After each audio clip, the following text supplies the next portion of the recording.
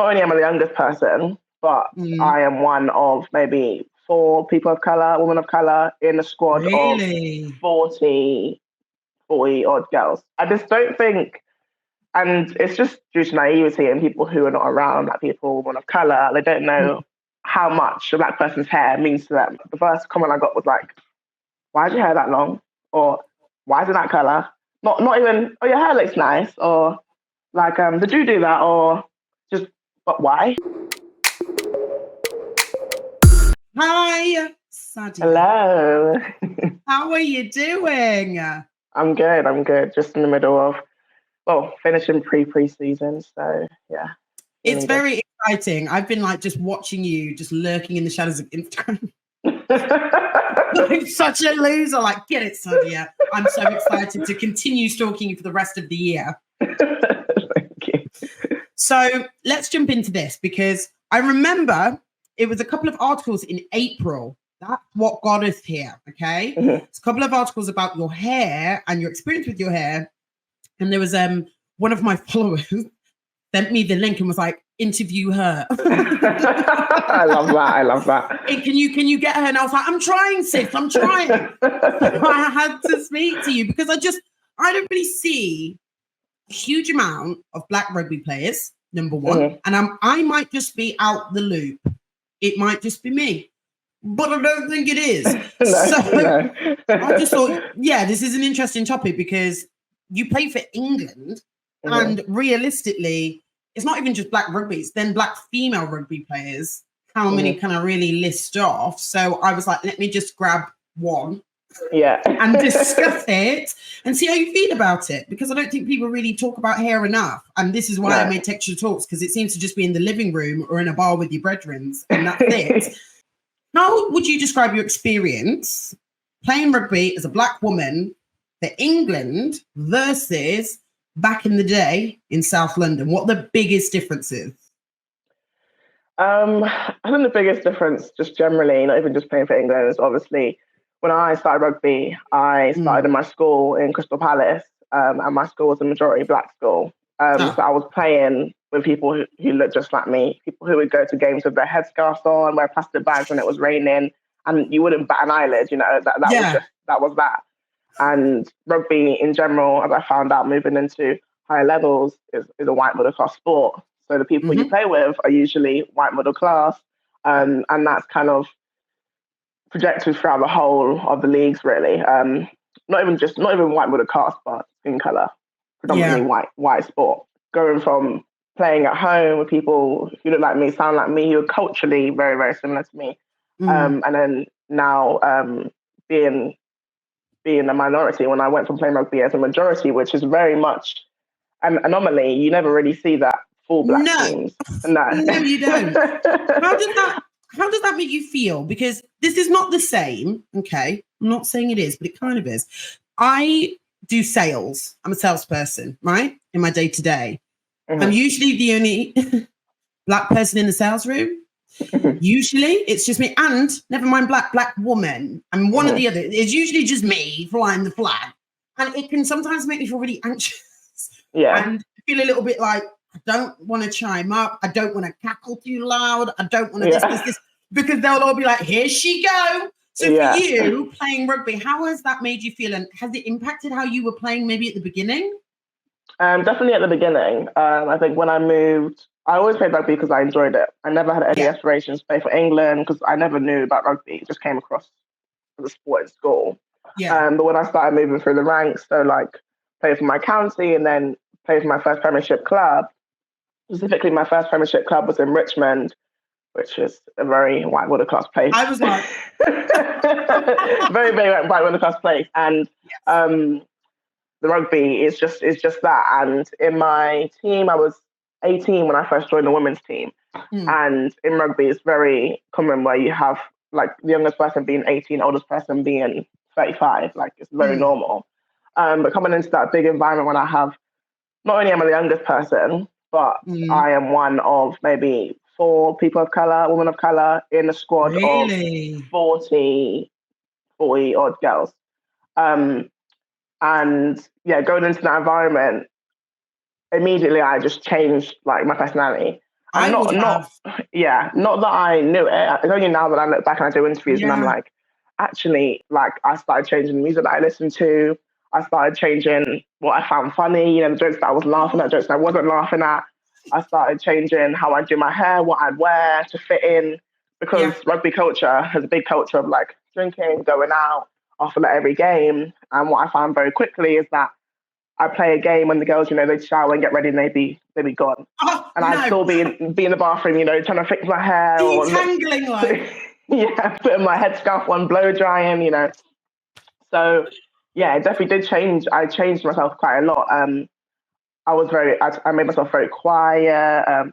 I didn't use my South London slang anymore. And now that I've been in rugby for a while, you're around people of loads of different cultures. So naturally, your dialect changes. But when I first came into rugby, coming from a school in South London, I was very much a South London girl. I had the sass. I mean, I still have the sass, but I had the lingo, everything. But as soon as I went into rugby, it kind of just toned everything down. And it's not until like now I've come to a point where I have a platform and I'm like confident in how I'm playing that I've been able to really come into myself. But yeah, for the first like year or so in the Prem, specifically, I definitely changed myself quite a lot.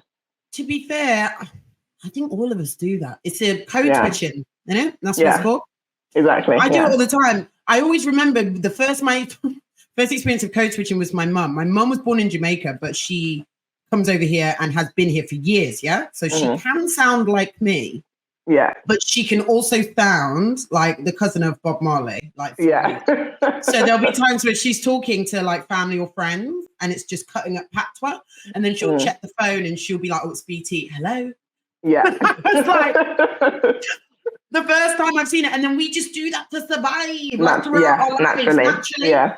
So I get it, but I just feel like I'm very proud of you for being able to not only look back and be like, I did have to do a little switch up so that I could like blend in, but that you aren't anymore. Why is it important to talk about Black rugby's hair? Because I know for a fact there are a lot of people, not just in rugby, okay? I'm talking about just general people that do not have any curls in their hair, that don't get it.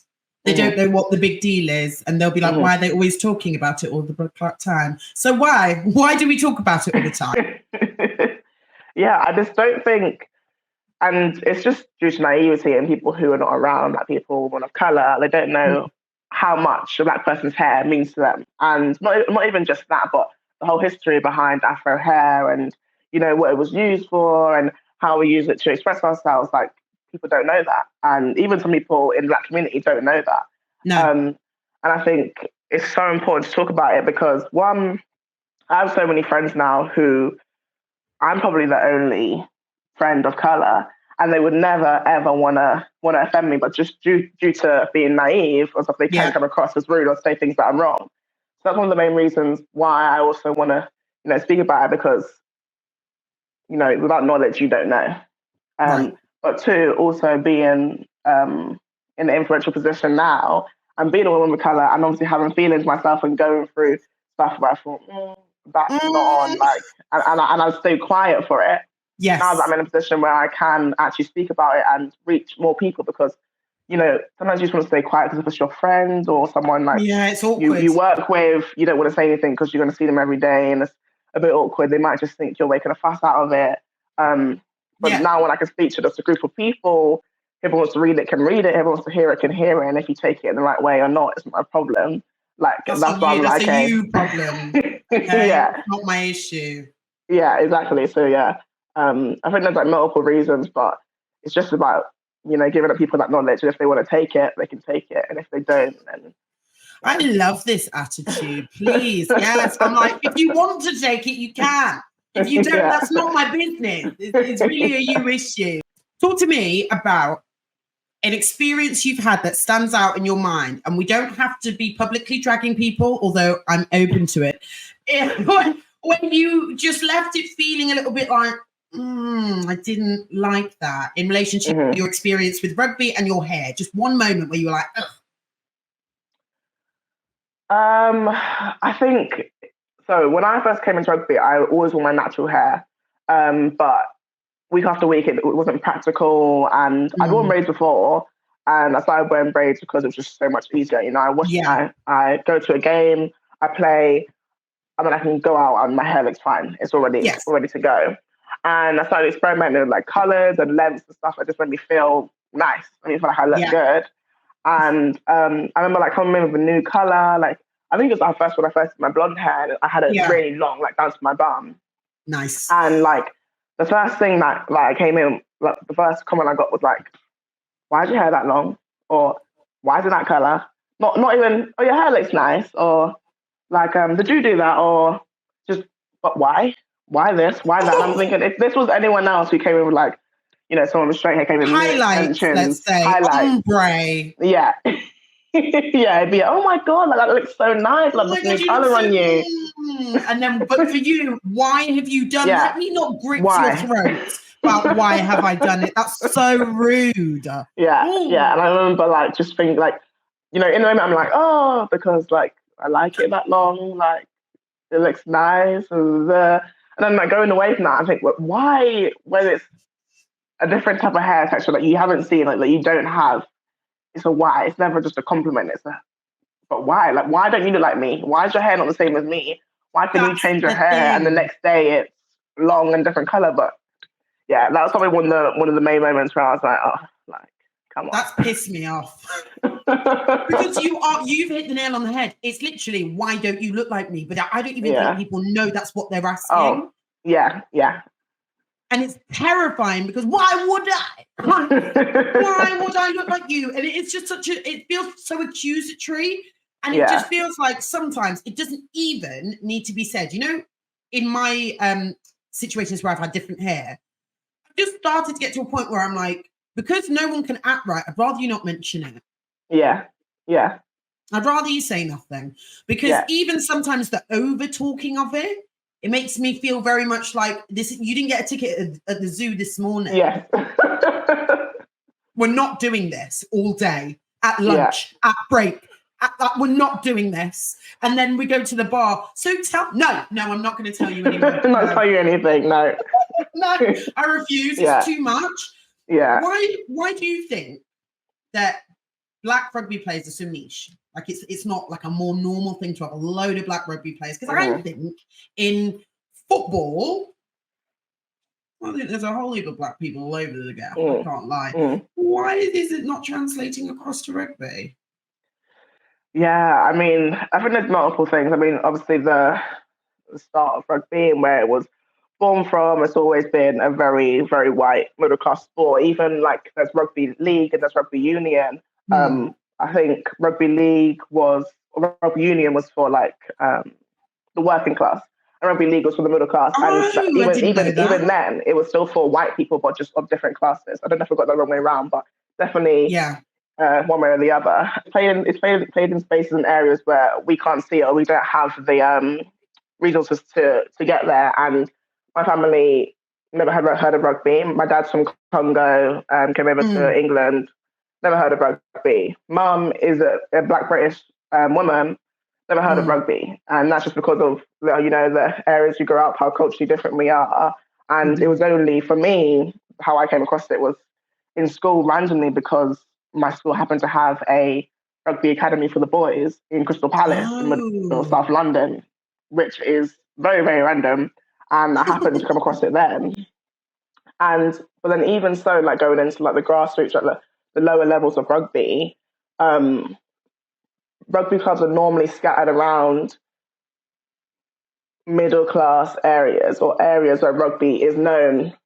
And those are usually areas where there's a low population of people of color. So even then, like the resources of like just going to a club. So like when I first joined rugby, my nearest club was 45 minutes away from me in Streatham and Croydon. And luckily, in London, you have like buses and transport that you can easily get there. But for many, many girls, and just not even women of color, but just girls in general, their nearest club is like an hour and a half away. And I know for a lot of us growing up, your mum can't drive you there because she's working, your dad's busy. And if you can't get there, you can't get there. So that already cuts it off. So when it's not like readily available in schools and there for you, it just doesn't come about. And I think that's one of the main reasons for it's being such a niche community in the black community, because when we do find out about it, we can't get to a rugby club where we can, go, which is readily available to us. And then also once you do join, being a minority, sometimes you don't feel welcome there. Welcome. Then it's that make or break moment. Like you find a new sport, you join it, you're there, but then you're only there for a month and then you go. And I think that's why it's so important now having like black role models and black girls coming through, and like there's a podcast in rugby called the Black Girls Ruck Podcast, who have now created their first Black Girls Ruck Rugby Cup. Rugby Cup, who are competing this weekend. Having stuff like that that people can see. It's like what's going to grow the game for black people in the black community. But I think, I do think it's just a thing of like, if you can't see it, you can't be it. I mean, within rugby, for the black community, we can't really see. It's hard to see. Yeah. That must make you feel like there's so much pressure on you, though. Like, I mean, it might not, but if I was you, I would feel very much like what I do, the things I take seriously, the like movements I push, like this hair movement. I think the things that you do really matter, because the little black girls are going to be looking at you and they will likely follow what you do. Do you feel that pressure, or am I just stressing you out for no reason? No, I think definitely, like, from an outside perspective, like, it's definitely a lot of pressure, but I've always played rugby because I just enjoyed it. I never had, like I said before, and I never had any aspirations for it, never, like, wanted to be a role model. I just happened to be here. And I happen to be here because I'm doing things that I enjoy. Like, I don't feel like, I'm a woman of colour, I have to be an activist, I have to say this. There's things that I want to say. So I don't really take pressure from it because I'm doing it because I enjoy it, and I enjoy like having young black girls come up to me or black girls message me on Instagram and seeing that influence that I'm having. And if it gets to a point where I'm like, hey, this is enough, like it's too much pressure for me, I'm not enjoying it, then I won't do it. But right now I'm enjoying it. I'm young, it's not, and I'm just putting it out there because I'm enjoying it. And if people don't like it, it's really not my business. Then so be it. I think there's something to what you've just said that I've never really thought about. In the same way that people say that like black people in the media, or black women in particular, it's like angry black woman, independent, black, there's a certain stereotype. I also think, and I think it's just because over time we've had to fight for our rights, whether it's the color of our skin or what sits betwixt our legs, we have to constantly tell people not to be dickheads. That's constant. I also think that whether rightly or wrongly, we get put in the activist box, when really we're just saying a very basic statement where they're like, oh my God, she's fighting for that. No, I'm just saying, can you not be, just don't be rude. And that's sometimes quite a lot of weight to bear, to always be like the mouthpiece for social change, when you're like, no. I'm just saying what I'm thinking. Just saying my piece, 100%. For you, what would you like to see change that would help you and the other little black girls? One thing I did see, I'll start for you, is the silk scrum cap. Yes. That's a sick idea. Has anyone made that yet? No, but I'm in talks with a few companies. I mean, I'm sponsored by Gilbert Rugby, which is one of the biggest rugby companies in the world. They've recently reached out, and we are working together to create a scrum cap, a satin scrum cap, or silk, or even that like blue rug material that's more just to have that extra layer in there. So when we play, you feel way more comfortable, you feel like your hair's not going to snag, you feel like you can be ready to go out after, no stress about, your hair getting messy. And that's literally one like tiny, tiny barrier within the women's game. Or not even women's game. I'm sure there'll be tons of men with their waves who would love to, I was thinking have a satin scrum cap if they're looking ready to go out after. But yeah, even like tiny things that just like removes barriers and makes people feel so much more comfortable in sport. I think that's a great idea. When I saw you talk about that as an idea, I was like, oh my God, the amount of brands you'll be jumping on that, because that's such a sick idea. And like the problem is having to explain these things because you are the minority, but explaining them in a way where it doesn't seem like you're just being like precious. Do you know what Yeah. I mean? I think a lot of times where you say these things, they're like, oh, but is it that deep? You know, like, oh, do you really? What? So I can come out with my knotted afro and I can have all of you sat like, oh, sweetheart, I think you've got a in the. Yeah, I know. Yeah. I know, because it's not silk. It's not silk. So yeah, I do have knots. So I think it's a necessity. I don't think that's a nice to have. I think that should be across the board, like a standard. Do you think they would make that a standard, or is that something that you're gonna have to do for yourself? I definitely think it will have to, you know, come from within the community. There's a few other girls who want to get on board with it too, but I think it will have to come from the community because, like you said, you know, I'm sure there's a lot of people who saw that video or the article and kind of knows what I'm saying, but, you know, my hair gets messy during a rugby game and I get greasy hair during a rugby game. Like, what's the difference? So, you know, for people who understand it. Like, there was comments underneath that video, people who were like, I've never thought about this and I would never have thought about it until I've seen it, but I get it. Yes. Like, and there's people who are like, okay, you understand it. And even though I'm putting this out there, you know, it's not necessarily for those people, sort of people who actually need those scrum caps. It's also nice to have that understanding around the topic as well. So, yeah, I think it will definitely come from the black girls and the women of colour within the game. But hopefully, you know, in a few more years, we'll see it starting to go back as a normal thing, you know. Fingers crossed. Yeah, fingers crossed. I'm really hoping so. You know, since you've started doing these articles, podcasts, etc., what has the response been? Has anything changed positively? Has it been a little difficult? Talk to me. Yeah, so the majority of that response I get from doing like podcasts and articles have been really, really positive. Like even just getting like not like people who don't even watch rugby, you know, messaging me or following me, and then now they're interested in the game because of something that I said on a podcast or something they hadn't spoken about. And it might not even be about me being a backroom, it might be my journey into rugby. Doing that stuff has like brought a lot of people into the game, and also like even like relatives and family and friends from like who I've had from primary school, like seeing those articles and, you know, haven't seen me in years, haven't watched Go Rugby, and they're like, oh my God, like these two things, now I'm a fan kind of thing. Yes. The majority of it has been really, really positive, and I've only ever experienced any negative like stuff from it as of recent during the Six Nations when I had a BBC column. And I did three articles. And the first one was about my hair. And the second one was about, I don't know, maybe in the black women in rugby. Anyway, they were both about topics that weren't strictly to do with me playing, strictly to do with the next game.